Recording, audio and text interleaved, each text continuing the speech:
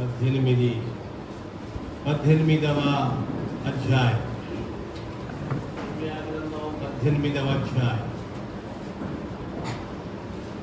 18వ అధ్యాయం 18వ వచనం.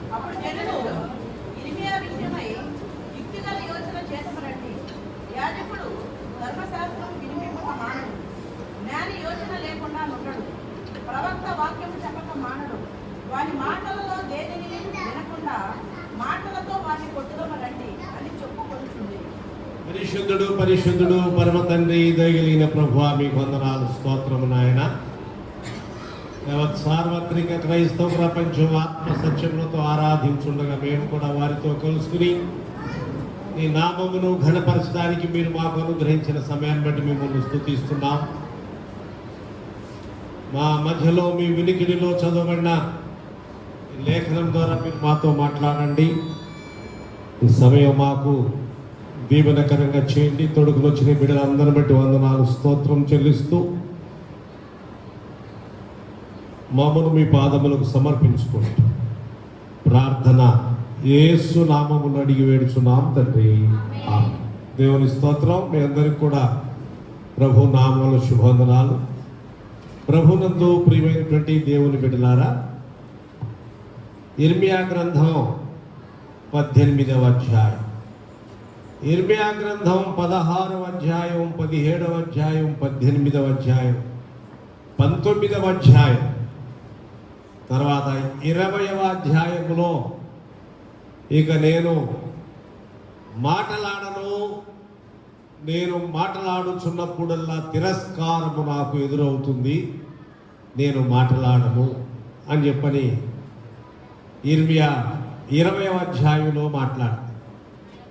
అయినా కానీ ఇదిగో నేను మాట్లాడనని నేను మౌనముగా ఉంటే అది నా లోపల మంట వలె మండుచున్నది, కానీ మాట్లాడకుండా ఉండలేను అంటాడు. మళ్ళీ 16వ అధ్యాయం, 17వ అధ్యాయం, 18, 19 అధ్యాయంలో మనం చూస్తే దేవుని ప్రజలు దేవుని మాట వినకుండా తిరుగుబాటు చేసినటువంటి వారుగా ఉన్నారు. 18వ అధ్యాయంలో మనం చదువుతున్నాం. 18వ వచనం వచ్చేలోపుగా 10వ వచనం, ఆ జనము నా మాట వినకుండా నా దృష్టికి కీడు చేసిన ఎడల దానికి చేయదలచిన మేలును గురించి నేను సంతాపపడుదును. ప్రభునందు ప్రియులారా, దేవుడు అంతకుముందు వాగ్దానము చేసినట్లుగా 8వ వచనంలో చూస్తాం. 18వ అధ్యాయము ఇర్మియా గ్రంథం 8వ వచనం, ఏ జనమును గూర్చి నేను చెప్పితినో ఆ జనము చెడుతనము చేయుట మానిన ఎడల నేను వారికి ఉద్దేశించిన కీడును గూర్చి సంతాపపడుదును. ఏ జనమును గూర్చి నేనైతే సెలవిచ్చానో ఆ జనము తమ చెడుతనమును విసర్జించి మానివేసినట్లయితే నేను వారికి చేద్దామనుకున్న కీడు చేయకుండా మేలు చేస్తాను. ఏ జనమును గురించి నేను తెలియజేశానో వారు గనుక మేలు చేయకుండా కీడు చేస్తే వారికి మేలు చేయకుండా కీడే వారి పట్ల జరిగేస్తారు. అది దాని యొక్క తాత్పర్యం. చదువుదాం. మరియు కట్టెదననియు నాటెదననియు ఒక జనమును గూర్చి గాని రాజ్యమును గూర్చి గాని నేను చెప్పి ఉండగా ఆ జనము నా మాట వినకుండా నా దృష్టికి కీడు చేసినలా. కాబట్టి దేవుని మాట వినటం. 11వ వచనం, కాబట్టి నీవు వెళ్ళి యూదావారితోను యెరూషలేము నివాసులతోను ఇట్లనుము, యెహోవా సెలవిచ్చిన మాట ఏదనగా నీ మీదికి తెచ్చుటకై నేను కీడును కల్పించుచున్నాను.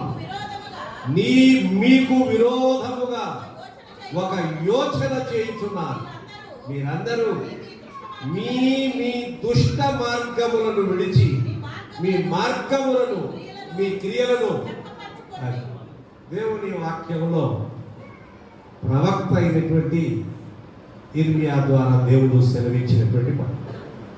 మీ దుష్ట మార్గములను విడిచిపెట్టి మీ క్రియలను, మీ మార్గములను చక్కబరుచుకొనుడి అంటారు. అందుకు వాళ్ళు ఏమన్నారు? నీ మాట నిష్ప్రయోజనము. అబ్బాయి మేము వినవండి, మీ మాట నిష్ప్రయోజనము. మేము మా ఆలోచన చొప్పున నడుచుకుంటే ఏమవుతుంది? దేవా, నీ మాట చొప్పున మేము వినము, మా ఆలోచన చొప్పున నడుచుకుందుము అని నడిచారనుకోండి కాదు, నడిచినందువలన వారికి వచ్చినటువంటి తీవ్రమైన శిక్ష ఉంది చూశారు. దేవుని యొక్క ఏమండి శిక్ష వారి మీదకి వచ్చినట్లుగా మనం చూస్తాం. 16వ అధ్యాయం 17, 18, 19 చెప్పి ఇర్మియా ప్రవక్త ఆయన విసిగిపోయాడు.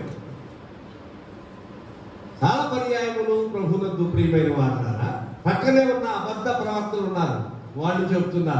వాళ్ళు చెప్తుంటే ఏ కీడు నీకు రాదు, బాగుంటాం, మీకు వచ్చిన ఇబ్బందే లేదు, మీరు హాయిగా ఉంటారు, దేవుడు మీకు మేలు చేస్తాడు అని చెప్పేవాడు ఒకవైపు చెప్తున్నారు. ప్రవక్త అయినటువంటి ఇర్మియా చెప్తున్నాడు, ఇదిగో మీ మార్గములను చక్కపరుచుకొనుడి, మీ క్రియలను చక్కపరుచుకొనుడి. దేవుడు మేలు చేద్దామనుకున్నటువంటి వాడు కూడా, లేక కీడు చేద్దామనుకున్న వాడు కూడా మీ ప్రవర్తన సరిగా చేసుకుంటే కీడు చేయటం విషయంలో సంతాపపడి చేయకుండా ఉంటాడు.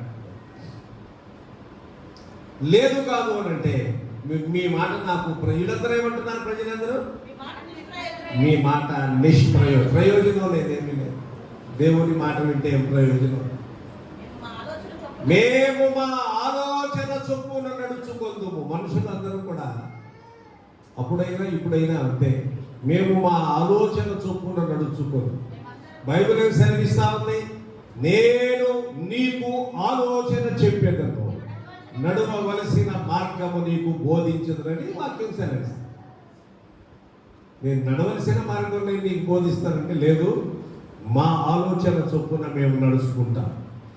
ఎవరి ఆలోచన చొప్పున వారు నడుచుకునే లెక్క అయితే జరిగిన సంగతి ఏంటంటే, ఇశ్రాయేలు ప్రజలు తమ యొక్క ఆలోచన చొప్పున నడుచుకున్న కారణం చేత వారి మీదకి శిక్ష వచ్చినట్లుగా మనం చూస్తాం.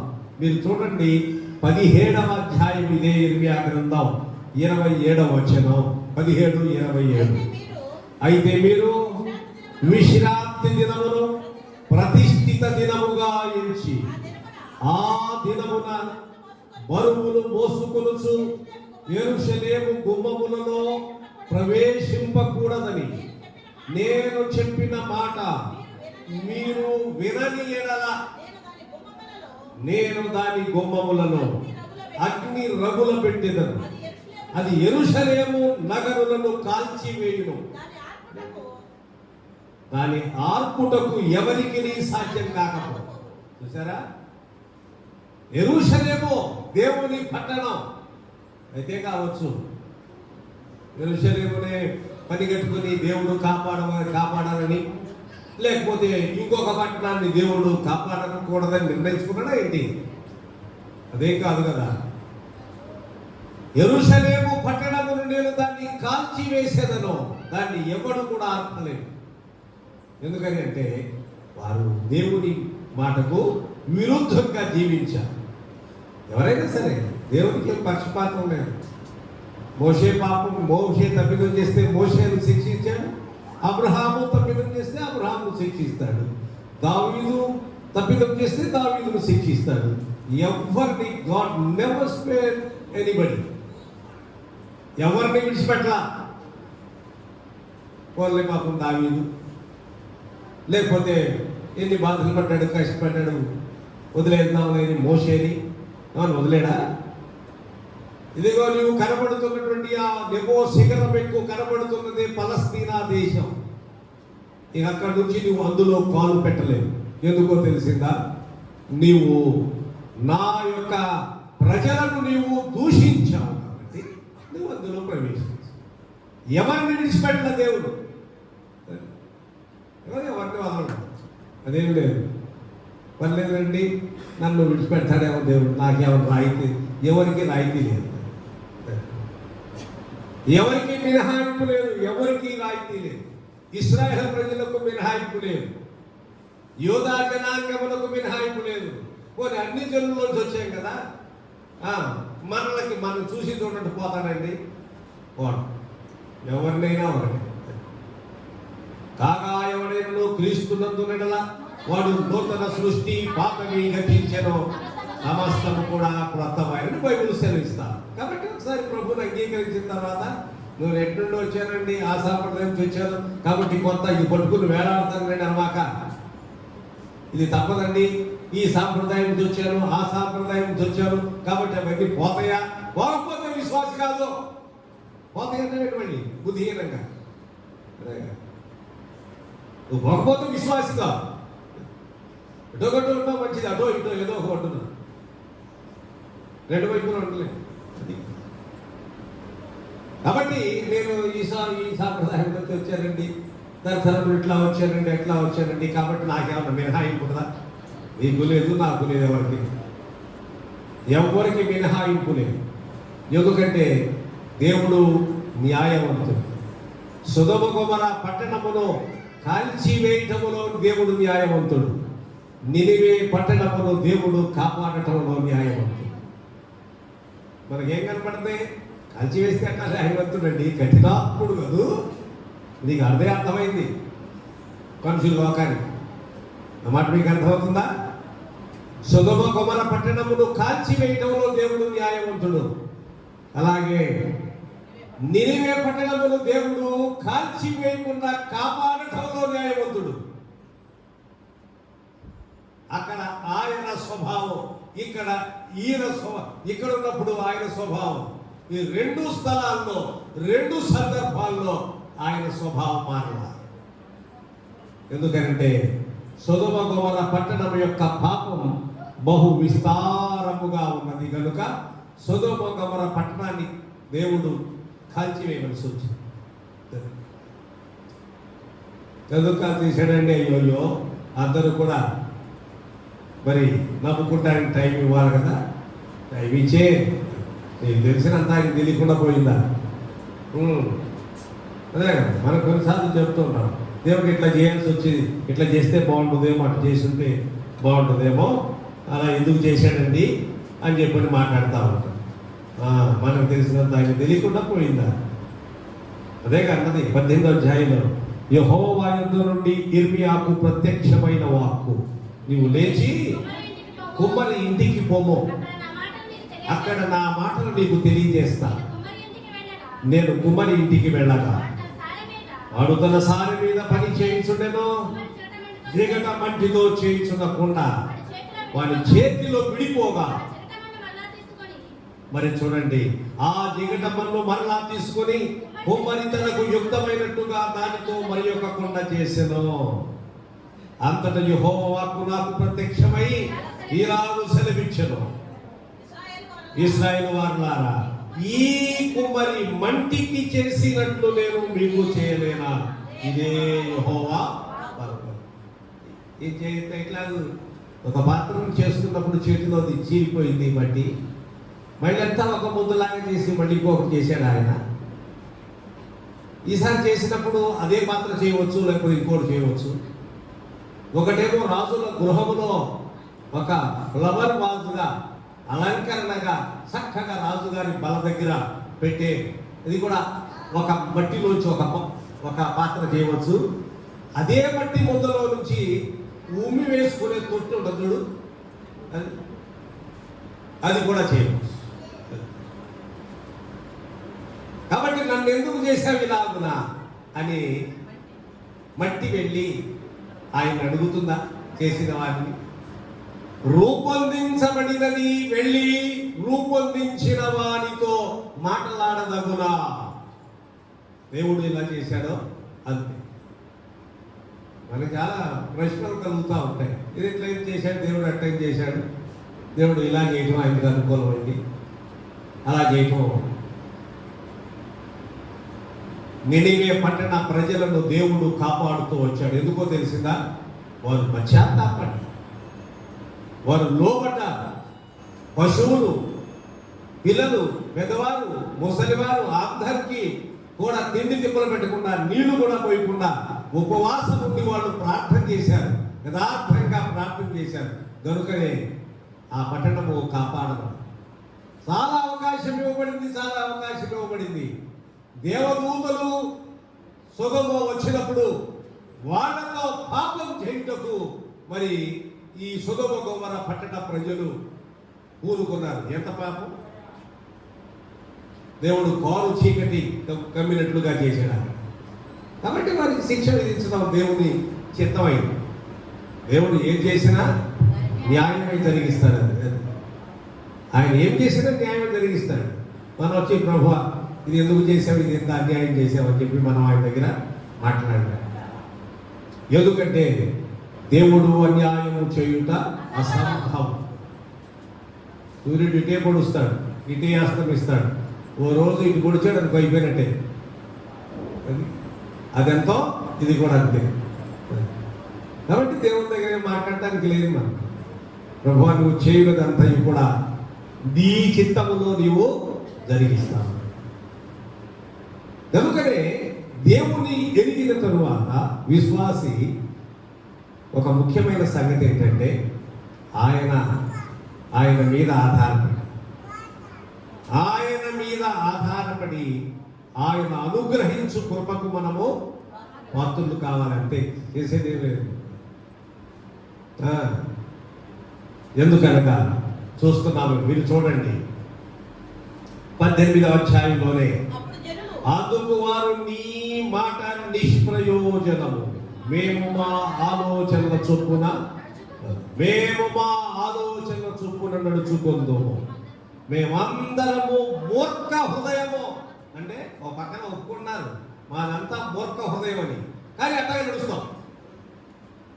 ఉంది మాది మూర్ఖ హృదయము అనుకున్నవాడు మూర్ఖ హృదయం నుంచి బయటికి రావాలి.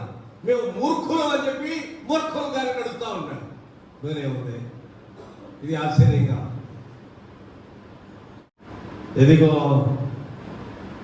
నేను దాని గుమ్మములను అగ్ని రగుల పెట్టెదను, అది యెరూషలేము నగరులను కాల్చివే, దానిని ఆర్పుటకు ఎవరికి సాధ్యము కాకపో. ప్రభుత్వ దుఃఖులారా, జనులందరూ కూడా దేవుని మాట వినడానికి ఇష్టం లేదు.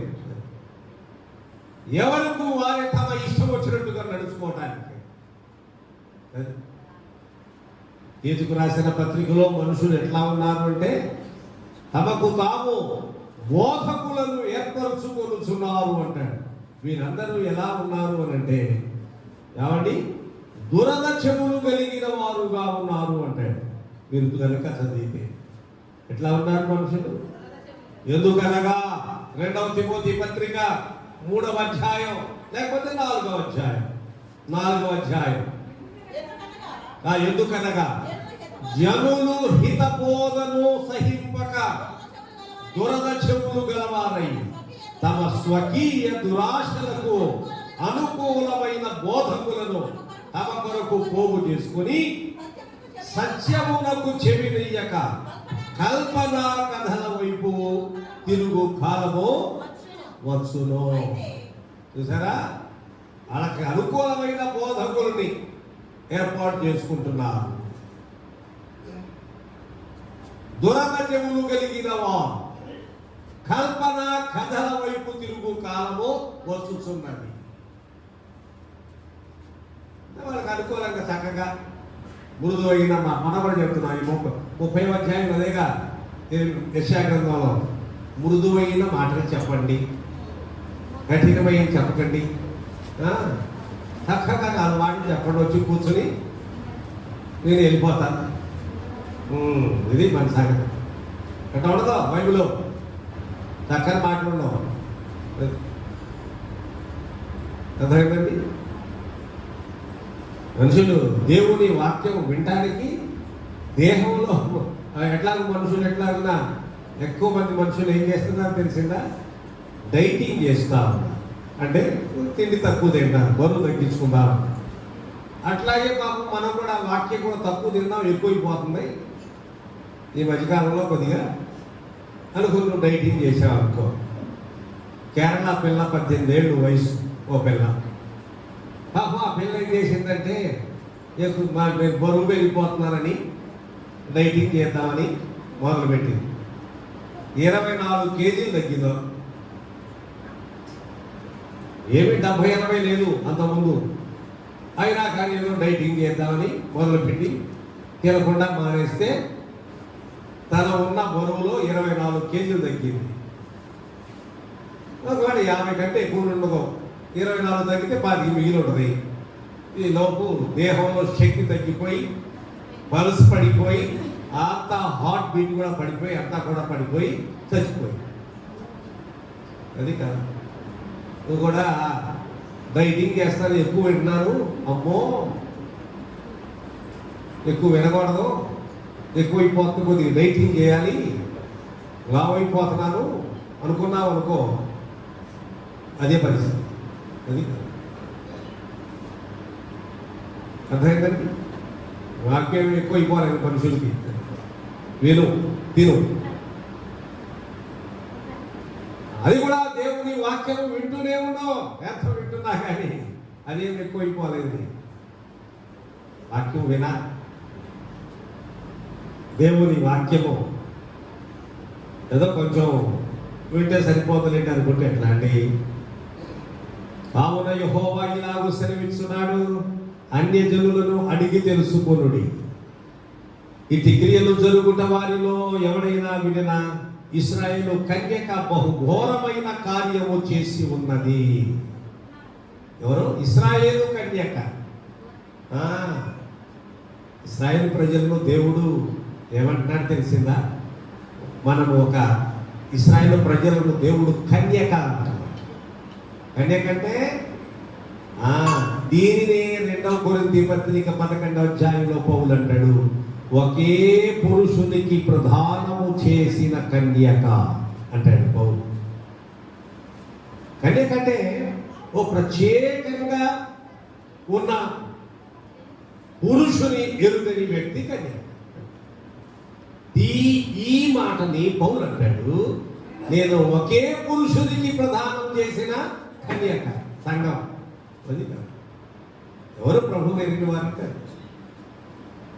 ఎంత ఎంత పవిత్రమైన రీతిగా మాట్లాడుతున్నాడో చూసారా?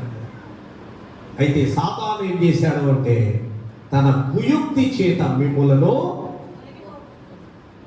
లాగివేశాడు. సాతాను తన కుయుక్తి చేత మిమ్మల్ని లాగివేస్తాడేమో, చాలా జాగ్రత్తగా చూడండి. బైబిల్ ఏదో ప్రార్థన ఎంటర్టైన్మెంట్ కాదు, కాసేపు వచ్చి కూర్చొని భజన చేసుకుని వెళ్ళిపోవటానికి. అది కాదు బైబిల్. బైబిల్ నువ్వు ఎక్కడ ఉన్నా దేవుని వాక్యము చేత, దేవుని యొక్క ధర్మశాస్త్రము చొప్పున నడుచుకొనకపోయినట్లయితే ఖచ్చితంగా శిక్ష వస్తూనే వచ్చింది దేవుని ప్రజల మీద. ఎక్కడ దేవుడు విడిచిపెట్టలా. ఎక్కడ దేవుడు విడిచిపెట్టలా. ఊరికని మనం పిచ్చితనంగా రా, అన్ని ఆశీర్వాదాలు నా దగ్గర ఉన్నాయి, అన్ని దీవెనలు నా దగ్గర ఉన్నాయి అని చెప్తావా? పిచ్చి మాటలు అంతే కదా. ఆశీర్వాదములు, దీవెనలు అన్నీ కూడా గుట్టలుగా, కోపం తెప్పలుగా మన దగ్గర ఉన్నాయి, రండి అని చెప్తావా? అంటే బాగానే ఉంటుంది. ఎట్లా ఉంటుంది వాక్యం? సగమే తీసుకున్నాడు అని చెప్పేవాడు. అలా నీ బోధించేవాడు ఏదో సగమే తీసుకున్నారు, ఒకవైపు తీసుకున్నారు, రెండో వైపు చూడలేదు వాళ్ళు. దేవుని 2వ పార్శ్వము చూడు. దేవుని ఆశీర్వాదములే కాదు. ద్వితీయోపదేశకాండం 28వ అధ్యాయం మొదటి 13 వచనాలే కాదు, 14 నుంచి చదువు, తిరగబడుతుంది వ్యవహారం. అది చదువుతామే, సగం కావలసిందే చదువుతామే, మనకు కావాల్సిందే వింటాం. కావలసిందే చదువుతాం. కొంచెం కష్టమైంది చదవు వినం, అంతే కదా. దానికి రెట్టింపుగా కనబడుతుంది. ద్వితీయోపదేశ అధ్యాయంలో మొదటి 13-14 వచనాల తర్వాత ఉందే చివరికి ముగింపు దాకా అవన్నీ కూడా తిరగబడినాయి. అవన్నీ తిరగబడుతున్నాయి. ఆశీర్వాదాలన్నీ తిరగబడుతున్నాయి. మేలులన్నీ కూడా తిరగబడిపోతున్నాయి. ఎప్పుడు తెలిసిందా? నీవు నీ దేవుడైన యెహోవా ఆజ్ఞలను కట్టడలను అనుసరించి నడుచుకోనని ఎడలా. మనం ప్రార్థన చేసి అందుకని అంటాడు, కీడు నీ మీదికి వచ్చును, నీవు దానిని మంత్రించి పోగొట్టలేవు. అది నీ మీదికి వచ్చును, దానిని మంత్రించి ఏమైనా పోగొడతావా? ఏమండి, ఎవరు కూడా ఏం చేయలేరు. చూడండి, కనుకనే యెషయా గ్రంథంలో మనం చదువుతున్నాం, కీడు ఒక వ్యక్తి మీదకి వస్తే దాన్ని మంత్రించి ఏమన్నా మంత్రం పెట్టేమన్నా పోగొడతావా? ఏమీ కూడా ఎవరు పోగొట్టడానికి లేదు. చూడండి ఒకసారి 47వ అధ్యాయం, యెషయా గ్రంథం 47వ అధ్యాయం 11వ వచనం. కీడు నీ మీదికి వచ్చును, నీవు మంత్రించి దాన్ని పోగొట్టజాలవు. ఆ కీడు నీ మీద పడును, దానిని నీవు నివారించలేవు. నీకు తెలియని నాశనము నీ మీదికి ఆకస్మికంగా వచ్చును. నీవు బాల్యము నుండి నీవు ప్రయాసపడి అభ్యసించిన నీ కర్ణ పిశాచ తంత్రములను, నీ విస్తారమైన శకునములను చూపుటకు నిలువుము. ఒకవేళ నీవు మనుషులను బెదిరింతువేమో, నీ విస్తారమైన యోచనల వలన నీవు అలసి ఉన్నావు. జ్యోతిష్కులు, నక్షత్ర సూచకులు, మాసచర్య చెప్పువారు నిలువబడి నీ మీదికి వచ్చునవి రాకుండా నిన్ను తప్పించి రక్షించునేమో. అది నక్షత్ర సూచన చెప్పువాడు, మాసచర్య చెప్పువాడు, జ్యోతిష్కులు నీ మీదకి వచ్చేవి రాకుండా నిన్నేమో తప్పిస్తారేమో చూసుకో. వారి వల్ల దేవుడే కాపాడాడు. చూసారా, దేవుడు సహాయం చేసేటువంటి వాడు, దేవుడు కృప చూపించు ప్రభునందు ప్రియులారా. అందుకనే మనం చాలా జాగ్రత్తగా దేవుని యొక్క ఊరికని దేవుడు నీకు అన్ని మీరు చేస్తాడు. పో, ఎందుకు చేస్తాడు? ఆయన మాట్లాడకుండా, ఆయనకు లోపడకుండా, ఆయన ఆజ్ఞలను పాటించకుండా. గాయాన్ని పైపైనే కట్టుకోవడంలో ఇంకా లోపలికి పెద్ద రోగం ఉంటుంది. దాన్ని డాక్టర్ దగ్గర వెళ్తే ఏం చేస్తారు? గాయాన్ని కొంచెం పెద్ద చేసి అప్పుడు అంతా శుభ్రం చేసి అప్పుడు కడతాడు డాక్టర్, అంతే కదా. అందుకనే పైపైనే కట్టడం, పైపైన వైద్యం ఉండదు దేవుని దగ్గర. అందుకని ఆయన గాయము చేయును ఏ మాట ఇస్తారు. బైబిల్ అర్థం కాదు ఒకసారి. గాయం ఎందుకు చేయటం, గాయం ఎందుకు కట్టడం కాదండి. గాయం ఎందుకు చేయటం, గాయం ఎందుకు కట్టాలి? యెషయా గ్రంథం 1వ అధ్యాయం ప్రకారం అందరికీ గాయములు పచ్చిపులు ఇప్పటికే ఉన్నాయి. కాబట్టి దాన్ని కొంచెం పెద్ద చేయాలి, దాన్ని కట్టాలంటే డాక్టర్ గారు, అంతేగా, అంతే కదా. అరికాలు మొదలుకొని నన్నెత్తి వరకు గాయములు పచ్చిపుళ్ళు అవి పిండబడలేదు, కట్టబడలేదు, తైలముతో మెత్తన చేయబడలేదు. గాయాలు ఇప్పటికే ఉన్నాయి. కాబట్టి ఇప్పుడు గాయములు కట్టాలి అంటే గాయాన్ని ఇంకొంచెం క్లీన్ చేయాలి కదా. కాబట్టి ప్రభునందు ప్రియులారా, మనం చదువుతున్నట్లుగా దేవుడి వాక్యం గురించి దేవుడే కాపాడాలి. దేవుడే. అందుకని అంటాడు 10వ వచనంలో, ఆ దినమున నీవు నా మాట వినకుండా, ఆ దినము నా మాట వినకుండా నా దృష్టికి కీడు చేసిన దానికి చేయదలచిన మేలును గూర్చి నేను సంతాపపడును. కాబట్టి ఆయన మాట విను. అందుకనే దేవుని వాక్యం వినాలి, వాక్యమే వినాలి. నేను ఎదురు ప్రార్థన చేసుకుని పోతే నీకు పని అవ్వదు. కొంత ప్రార్థన చేయండి అంటే అవ్వదు. నువ్వు ముఖ్యంగా దేవుని వాక్యము విని చాలా జాగ్రత్తగా ఆయన ఆజ్ఞలు వాటి ప్రకారం నడుచుకోవాలి. మనమందరం కూడా ప్రార్థన చేసుకుందాం. మీరందరూ కూడా ప్రార్థన చేయండి. ఇప్పుడు నాకు అవసరం, నా సమస్యలు లేక నా పాపం పోతుందని అంటే ఒప్పుకొని విడిచిపెట్టేదని ఎందుకంటే యేసు ప్రభు అని నీ నోటితో ఒప్పుకొని దేవుడా ఆయన మృతుల నుండి లేపని నీ హృదయం ముందు విశ్వసించేలా నీవు రక్షణ పొందుదు. ఎట్లాగో రక్షణ అంటేనే పాపక్షమ. అది అంత తేలిగ్గా ఊరకనే అందరూ ప్రార్థన చేసేయండి అంటే అప్పుడు కూడా ఏం చేసిన తర్వాత మనుషులు తేలిగ్గా ఇంకో డబ్బులు ఇచ్చేసి నా పాపాలు పోగొట్టుకుంటానికి డబ్బు గల వాళ్ళు నా పాపం పోగొట్టుకోవడం కోసం సాధ్యమైన లెక్కైతే కొందరు డబ్బు మనుషులు పెట్టుకుని నా కోసం ప్రార్థన చేయండి, నా వల్ల కావట్లేదు అని చెప్పి. ఏమండి, సర్టిఫికేట్స్ ఆఫ్ ఇంటెలిజెన్స్ అంటే అర్థం ఏంటంటే రోమన్ కథోలిక్స్ కొన్ని సర్టిఫికేట్లు ఇస్తారు. పాప పరిహారార్థ ధృవపత్రములు అమ్ముతారు. సంవత్సరానికి ఒకసారి ఒక సీజన్ ఉంటుంది. సర్టిఫికేట్స్ ఆఫ్ ఇంటెలిజెన్సెస్ అంటే అర్థం ఏంటంటే పాప పరిహార ధృవపత్రములు పై నుండి వస్తాయి, హెడ్ క్వార్టర్ నుండి. అవి నువ్వు కొనుక్కోవాలి, డబ్బు ఇచ్చి నీ పేరు రాస్తా. కాబట్టి డబ్బు గలవాడు కొనుక్కున్నాడు అనుకోండి, నీ పాపాలు పరిహారం అవుతాయి. పోతాయా? ఏమండి, ఎట్లా పోతాయి? అది ఏం చేసినా ఓ వ్యక్తి తనంతట తాను పశ్చాత్తాపడి యథార్థమైన హృదయంతో ప్రభువుని అంగీకరించి పాపములు ఒప్పుకొని విడిచిపెట్టినప్పుడు మాత్రమే 32వ కీర్తన ప్రకారం తన అతిక్రమములకు పరిహారము నొందినవాడు ధన్యుడు. తన పాపములకు ఏమండి పరిహారము నొందిన ప్రాయశ్చిత్తము నొందినవాడు ధన్యుడు. యెహోవా చేత నిర్దోషిని ఎంచబడిన వాడు ధన్యుడు. ఆత్మలో కపటము లేని వాడు ధన్యుడు.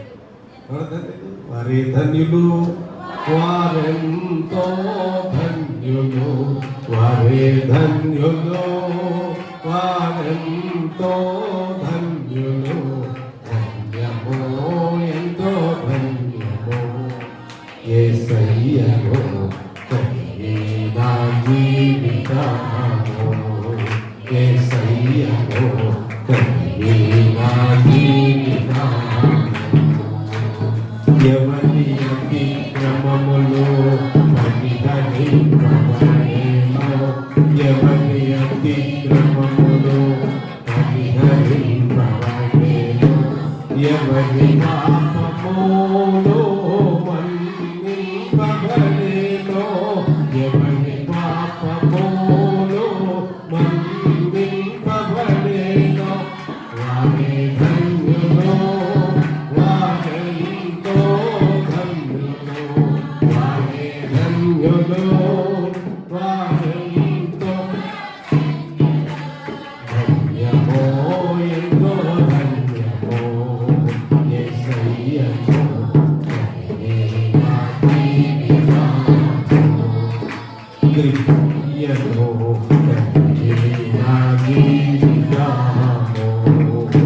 క్రీస్తు యేసుకు సమర్పించు కరములే కరములో, క్రీస్తు యేసుకు సమర్పించు కరము.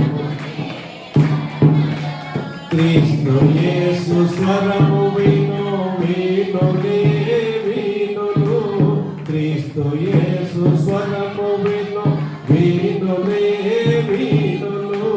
వారే ధన్యులు, వారెంతో ధన్యులు, వారే ధన్యులు, వారెంతో ధన్యులు.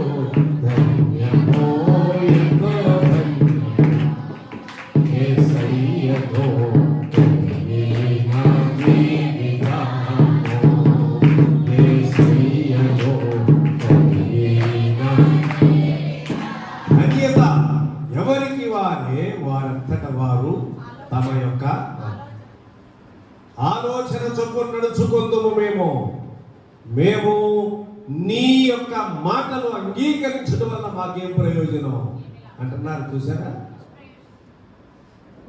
నీ మాట చొప్పున మేము నడుచుకోనము, మా ఆలోచన చొప్పున మేము నడుచుకుంటాం. నడుచుకుంటే ఎవరు నష్టం అవుతుంది? ఆయనకి అని వస్తుంది. అదే ఆయన మాట్లాడారు, అంతే కదా. నేను స్కూల్కి రాను అంటే స్కూల్ నడవకుండా పోతా, స్కూల్ రానుడు చదువుపోతుంది.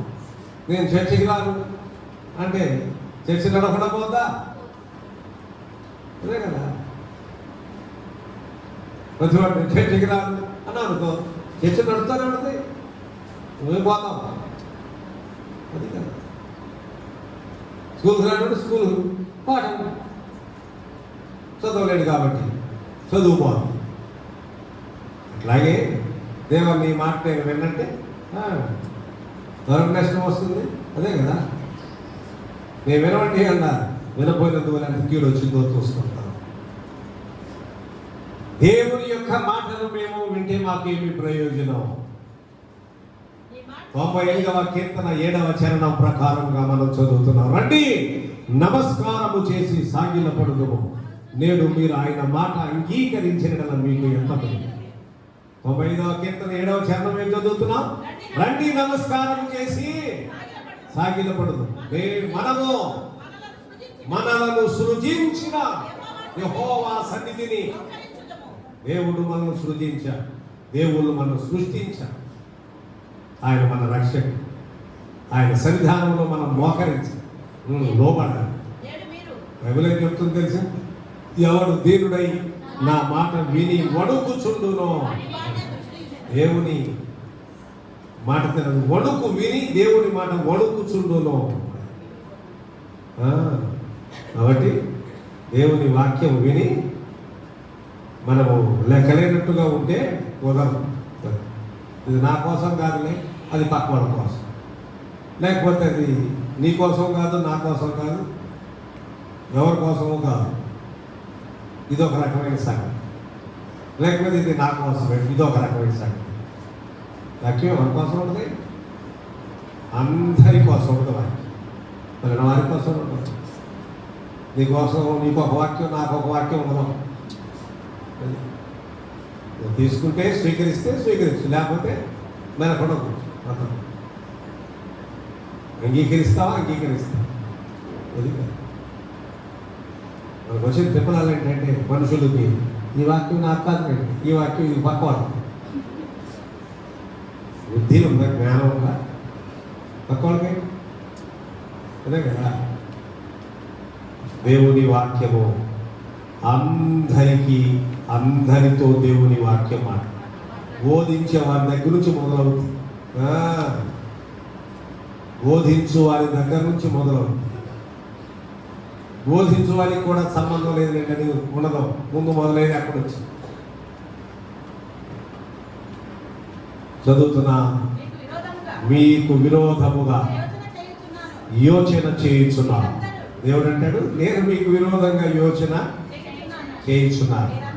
మీరందరూ మీ మీ దుష్ట మార్గములను విడిచి మీ మార్గములను, మీ క్రియలను, ఇదంతా చెప్పిన తర్వాత ఒకటే మాట, వీళ్ళందరూ మనుషులు ఎందుకు వస్తున్నారు దేవుని దగ్గరకు అంటే, అప్పుడు జనులు ఇర్మియా విషయమై ఒక యుక్తిగల యోచన, ఒక తెలివైనటువంటి యోచన చేద్దాం.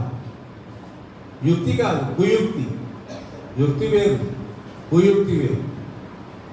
ఇది కుయుక్తితో కూడినటువంటి యోచన. ఏంటంటే ఈయనట్లయినా వస్తాడు, యాజకుడు ధర్మశాస్త్రము వినిపించక మానడు, జ్ఞాని యోచన లేకుండా ఉండడు, ప్రవక్త వాక్యము చెప్పకుండా మానడు.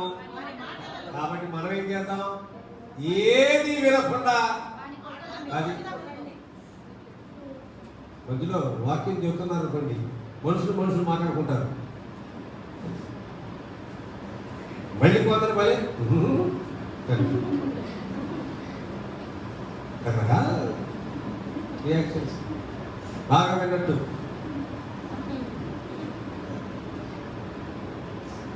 వాళ్ళు మాట్లాడుకుంటారు మధ్యలో లేకపోతే ఇంకేవో మాటలు మాట్లాడుతూ ఉంటారు మధ్యలో ఎదురు రాంగ్ చేయమండి. అదే చెప్తున్నాగా చదవడు. అందుకని ఏమన్నాడు, ప్రవక్త వాక్యము చెప్పక మానడు, వాని మాటలలో దేనిని వినకుండా మాటలతో వాని కొట్టుదుమురండని. అపోస్తుల కార్యం 16వ అధ్యాయం అదే జరిగింది. ఎక్కడికి పోయినా దయ్యం పట్టిన ఒక పిల్ల వచ్చింది. పుతోను అనే దయ్యం పట్టిన ఒక పిల్ల ఎక్కడ పోయినా కానీ ఏం చేస్తుందో తెలిసిందా? ఎక్కడ పోయినా కానీ వీళ్ళకంటే ముందు ఉంటుంది. ప్రచారం లేకుండా చక్కని ప్రచారం జరుగుతుందిగా, చేయవచ్చుగా. ఏమని? మంచి ప్రచారమేగా. ఏమని? వీరు సర్వోన్నతుడైన దేవుని దాసులు, వీరు మీకు దేవుని మార్గమును గురించి బోధిస్తారు. ఆమె పౌలును వెంబడించి ఈ మనుషులు సర్వోన్నతుడైన దేవుని దాసులు, వీరు మంచిదేకండి. చక్కగా మైక్ పెట్టి 2 రోజుల్లో మీటింగ్ జరుగుతున్నాయి, రండి వినండి రక్షణ పొందండి అని చెప్పకుండా పని కట్టుకుని ఒక రిక్షాకో ఆటోకో కట్టుకుని రండి వినండి మీటింగ్ జరుగుతుంది అని చెప్పి ప్రచారం చేయాలి కదా. అదంతా లేకుండా ఇవి చెప్తుందిగా ఈ పిల్ల. ఏమని చెప్తుంది? ఇదిగో ఈ మనుషులందరూ కూడా సర్వోన్నతుడైన దేవుని దాసులు, వీరు మీకు రక్షణ మార్గం ప్రచురిస్తారు. మంచి మాటేగా. ఏమన్నాడు తెలిసిందా పౌలు? You shut up. మాట్లాడు, నోరు మూసు. అది గద్దించి మాట్లాడకుండా నువ్వు ఈమెను ముందు వదిలిపో. మంచి మాట చెప్తుందిగా. మరి ఎందుకని మంచి మాట చెప్తుంది కదా? ఒక సామెత ఉంది తెలుసా? దయ్యములు వేదములు వల్లించినట్లు అంటాడు. అంటే దయ్యం పట్టిన దయ్యం కదా, దయ్యం వచ్చి దేవుని రాజ్యం గురించి మాట్లాడితే ఎందుకు కుదురుతుంది? అదే కదా. అది అందుకనే దయ్యములు వేదములు వల్లించినట్లు అనే సామెత పుట్టుకొచ్చింది. అట్లా మాట్లాడలేదు. ముందు ఆమెలోంచి ఆ పిల్లలోంచి దయ్యమును వెళ్ళగొట్టాడు. త్వరగా నేను జ్ఞాపకం చేస్తాను ప్రభునందు ప్రియులారా. కాబట్టి ఒక మంచి ప్రచారమే, మంచి మాటలే చెప్తుంది ఆమె. మంచి మాట అయినా నువ్వు చెప్పడానికి వదలదు. అది దయ్యం చెప్పడానికి వీళ్ళే. మరి ఎవరు చెప్పొచ్చు? ఆపాత్మురాలు కూడా ప్రభుని అంగీకరించి చెప్పవచ్చు. సమరయ స్త్రీ చెప్పవచ్చు. ఏమండి? అంతే మరి. యోహాను సువార్త 4వ అధ్యాయంలో సమరయ స్త్రీ ఉందే, ఇదిగో నేను చేసినవన్నీ నాతో చెప్పిన వారిని వచ్చి చూడుడి, ఈయన మెస్సయ్య కాడా అని ఆమె చెప్పిందే. ఆమె చెప్పొచ్చు. ఆమెకు అర్థమైంది జీవితం, తన పరిస్థితి ఏంటో ప్రభు చెప్పాడు కాబట్టి ఆమె చెప్పింది. ఆమె చెప్పొచ్చు. చెప్పినందువల్ల చాలా మంది మనుషులందరూ కూడా అక్కడికి వచ్చేసారు. నీవు చెప్పిన మాటను బట్టి కాకుండా మేము వచ్చి చూసిన దాన్ని బట్టి అర్థమైంది నిజంగా ఈయన లోక రక్షకుడని. దయ్యం పట్టిన పిల్ల, పుతోను దయ్యం పట్టిన పిల్ల, వీరు సర్వోన్నతుడైన దేవుని దాసులు, వీరు మీకు రక్షణ మార్గములు చెప్తారు అని అంటే అప్పుడు కూడా మనుషులు వచ్చి ప్రభుని అంగీకరిస్తారు. కానీ అంగీకరించడం సంగతి తర్వాత చెప్పలేమని అసలు ముందు ఈ గొడవ అయిపోయింది. అది ఆ రక్షణ మార్గములోనికి మనుషులు రావడానికి వాక్యము పనిచేయాలి. కాబట్టి వాక్యం బోధిస్తుంటే వాక్యము బోధింపకుండా మాటలతోటి దయ్యము కేకలు వేస్తుంది. అందుకనే వ్యాకులు పడి ఆ గద్దించారు. అది తేడా. దయ్యము సువార్త చెప్తే కుదరదు. ఆపి రక్షింపబడిన తర్వాత సువార్త చెప్తే కుదురుద్ది. మనమందరం పాపం. చిన్న పాపి పెద్ద అనేం లేదు. అది కామన్గా ఒకటే మనం ఏ భేదమును లేదు, అందరూ కూడా పాపము చేసి దేవుడు అనుగ్రహించు మహిమను, దేవుడు ఉచితమైన కృప చొప్పున ఆయన మనం కాపాడాడు. అపరాధముల చేత ఎఫెసీ పత్రిక కావచ్చు, మనం అపరాధముల చేత పాపం చచ్చిన వారమై ఉంటుండగా క్రీస్తు ఆయన మనలను బ్రతికించాడు, క్రీస్తుతో కూడా ఆయన మనలను లేపెట్టుకుంటాడు. కాబట్టి ఈ పునరుత్థానం ముందు ప్రభునందు ప్రియులారా, ఒక మాట మనం ఏ మాట వినొద్దు. ఏం చేద్దామంటే మా ఆలోచన ప్రకారం మేము పోతాం. ఈయన చెప్తున్న మాటలు వినొద్దు. మాటలతో మనము కొట్టుదుము అని ఏమండి, రండి అని ఒక కుయుక్తితో కూడిన ఆలోచన చేస్తున్నారు. అయితే వాళ్ళకే నష్టం, ఎవరి నష్టం వస్తుంది? అదే కదా, మాట వినకపోతే, దేవుడి మాట వినకపోతే. స్కూల్లో పాఠాలు ఒక్కొక్కరు పాఠం చెప్తే ఒక్కొక్క సబ్జెక్టు ఇష్టం ఉండదు, ఒక్కొక్క టీచర్ కూడా ఇష్టం ఉండకపోవచ్చు. మాకు సిఆర్ రెడ్డి కాలేజీలో కామర్స్కి ఒక ఆయన వచ్చేవాడు, అకౌంట్స్కి ఒకడు వచ్చేవాడు, కామర్స్కి ఒకడు వచ్చేవాడు. అకౌంట్స్కి వచ్చేటువంటి ఆయన ఒక ఆయన ఉండేవాడు. ఆయన ఇంతే ఉంటాడు మనిషి, తక్కువ చేసుకుని ప్రొఫెసర్ కాబట్టి ఆయన ఇంతే ఉంటాడు. ఆయన పేరు పీజీ, అంటే పి గాంధీ. ఆయన పేరు పీజీ, అంతా షార్ట్ కట్లో పిలుస్తారుగా, కాబట్టి పీజీ ఆయన పేరు.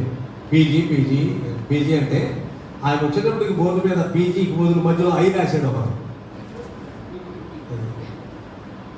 ఎవడు పోతాడు? మాట అర్థమైందా? ఆయన పీజీ సార్, పీజీ రాస్తారు, పీజీ వస్తారు. ఇప్పుడు తర్వాత ఎవరైనా రాస్తారు కదా బోర్డు మీద, మధ్యలో ఐ పెట్టాడు, పెట్టేవాడు ఒక్కొక్కడు ఐ. అది కాబట్టి పెడితే అంత హెడన్ చేస్తే చివరికి రిజల్ట్ వచ్చినప్పటికీ ఫెయిల్ అయిన వాడు 90% ఫెయిల్ అయిన వాడు ఆ సబ్జెక్టులోనే ఓడిపోయాడు. అది కదా, ఎవరు పోతాడో? నువ్వు హ్యాండ్ చేసే నువ్వే పోతావు. కామర్స్లో మోర్ దాన్ 90% ఫెయిల్ అయిన వాళ్ళందరూ ఆ సబ్జెక్టులోనే, కామర్స్లోనే. ఏదో రకం ఒడ్డు పడ్డా నేను 36 వచ్చినాయి. అది అర్థమైందా? నా పక్కన కూడా ఫెయిల్ అయ్యారు, అందరూ ఫెయిల్ అయ్యారు. కాబట్టి నేను విన్నట్టే వినపోతే పోతాను. దేవుని వాక్యం, ఆయన మాట ప్రకారం నడుచుకున్నావా దేవుని ఆశీర్వాదం పొందుతాం, ఆయన దీవెనకు పాత్రలు అవుతాం. ఒక్క మాట చెప్పనివ్వండి. ఏమండి, వాని మాటలలో దేనిని వినకుండా మాటలతో వాని కొట్టుదము రండి అని చెప్పుకొనుచుంది. ఏమండి, యెహోవా నా మొర ఆలకించుము, నాతో వాదించు వారి మాటలు వినుము. వారు నా ప్రాణము తీయవలని గుంట త్రవ్వియున్నారు, చేసిన మేలుకు ప్రతిగా ఎప్పుడుకప్పుడే. ఈ చివరి దాకా ఉన్నమాట 18వ అధ్యాయంలో, ఇదిగో వారు చేసిన కీడుకు శిక్ష విధించు అని ప్రార్థన చేసినట్లుగా, లేకపోతే దేవునికి చెప్పినట్లుగా మనం చూస్తున్నాం. ఈ యొక్క పునరుత్థానం ముందు ప్రభునందు ప్రియమైన దేవుని బిడ్డలారా, మన దైనందిన విశ్వాస జీవితంలో ప్రభువుని ఎరిగిన వారముగా ఆయన స్తుతించడం, ఆయన ఆరాధించడం, ఆయన మాట వినటం. వాక్యమే ప్రమాణం. ఏ మాట వెనక, ఎవరి మాట వెనక పిచ్చి మాట. అది 100 చెప్పు 1,00,000 చెప్పుగా, బైబిల్ ఏం చెప్తుందో అది విను అంతే. ఎందుకనంటే బైబిల్ ఏమన్నా చూడాలి.